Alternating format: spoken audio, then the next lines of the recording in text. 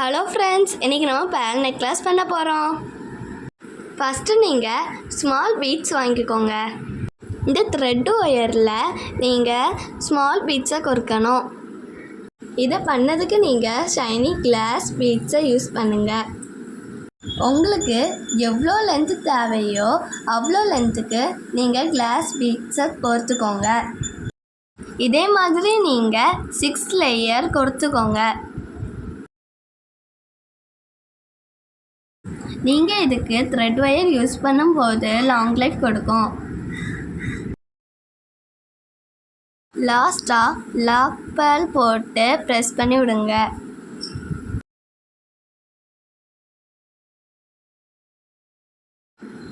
லாஸ்ட்டாக ஹூக் போட்டு எக்ஸ்ட்ரா வர ஒயரை கட் பண்ணி விடுங்க.